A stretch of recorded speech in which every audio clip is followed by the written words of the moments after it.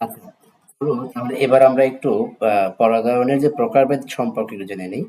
পরাগায়ন সাধারণত ২ প্রকার হয়ে থাকে। তার মধ্যে একটা হচ্ছে স্বপরাগায়ন বা সেলফ পলিনেশন, আরেকটা হচ্ছে পরপরাগায়ন বা ক্রস পলিনেশন। আমরা একটু সর্বপ্রথমে স্বপরাগায়ন নিয়ে একটু আলোচনা করি যে স্বপরাগায়ন কাকে বলে, স্বপরাগায়নের বৈশিষ্ট্য এবং কিছু উদাহরণ সম্পর্কে একটু জেনে নিই আমরা। স্বপরাগায়ন দেখুন নামটা থেকেই কিন্তু সংজ্ঞাটা বোঝা যায় যে কি হতে পারে। মানে নিজ, অর্থাৎ পরাগায়নটা হবে কোথায়? পরাগায়নটা হবে একই ফুলের মধ্যে অথবা একই গাছের ভিন্ন দুটি ফুলের মধ্যে।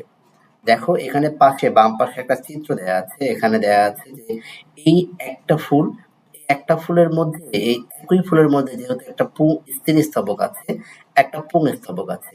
তাহলে পুংস্তবকের পরাগরেণু এই গর্ভমুণ্ডে এসে পতিত হলে এখানে স্বপরাগায়ন হয়। অর্থাৎ একই ফুলের মধ্যে। আবার একই প্রজাতির একটা উদ্ভিদ, এখানে একটা ফুল, এই শাখার আরেকটা ফুল আছে। তো এই অন্য আরেকটা ফুলের যদি পরাগায়ন ঘটে তখন সেটাকে আমরা স্বপরাগায়ন বলে থাকি। তাহলে স্বপরাগায়ন হচ্ছে যখন একই ফুলের বা একই গাছের দুটি ভিন্ন ফুলের মধ্যে পরাগায়ন ঘটে তখন তাকে স্বপরাগায়ন বলে। যেমন আমরা একটু উদাহরণগুলো দেখি। উদাহরণ হচ্ছে এখানে সরিষা আছে, ধান আছে এবং ধুতুরা। এরা হচ্ছে স্বপরাগায়ন ঘটে এই সকল উদ্ভিদের মধ্যে। এখন স্বপরাগায়নের ক্ষেত্রে কয়েকটা মূল বিষয় একটু বৈশিষ্ট্য আসলে স্বপরাগায়ন হলে কি হয়? প্রথম কথা হচ্ছে স্বপরাগায়ন সাধারণত কোনো বাহকের প্রয়োজন হয় না। এখানে এই ব্যাপারটার সাথে আ আমি একটু যোগ করতে চাই যে বাহক বলতে আসলে আমরা কি বুঝি? যেমন সেটা বায়ু হতে পারে, পানি হতে পারে, কীটপতঙ্গ হতে পারে, বিভিন্ন কিছু হতে পারে আ মাধ্যম।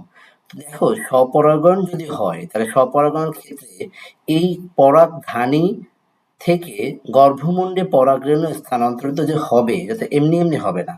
অবশ্যই বাতাসে দোল খাবে সেখান থেকে হতে পারে বা কোনো একটা কীটপতঙ্গ যদি এখানে মধু খেতে আসে তার পালকের মাধ্যমে হতে পারে।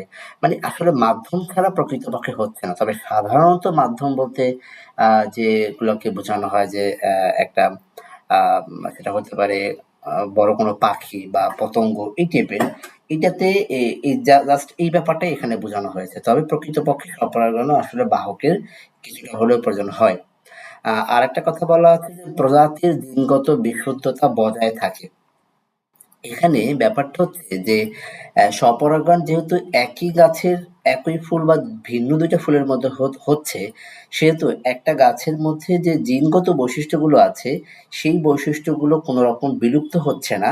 ওই একই গাছের বৈশিষ্ট্যগুলো সেইম ভাবে যখন পরাগায়ন হয়ে নতুন একটা বীজ পাওয়া যাবে, সেই বীজেও ওই একই উদ্ভিদের যে জিনগুলো ছিল, যে বৈশিষ্ট্যগুলো ছিল, সেগুলো বজায় থাকবে। তার মধ্যে কোনো পরিবর্তন হবে না। অর্থাৎ নতুন কোনো বৈচিত্র্য এখানে আসবে না। তো এই ছিল স্বপরাগায়ন এর সংজ্ঞা এবং বৈশিষ্ট্য।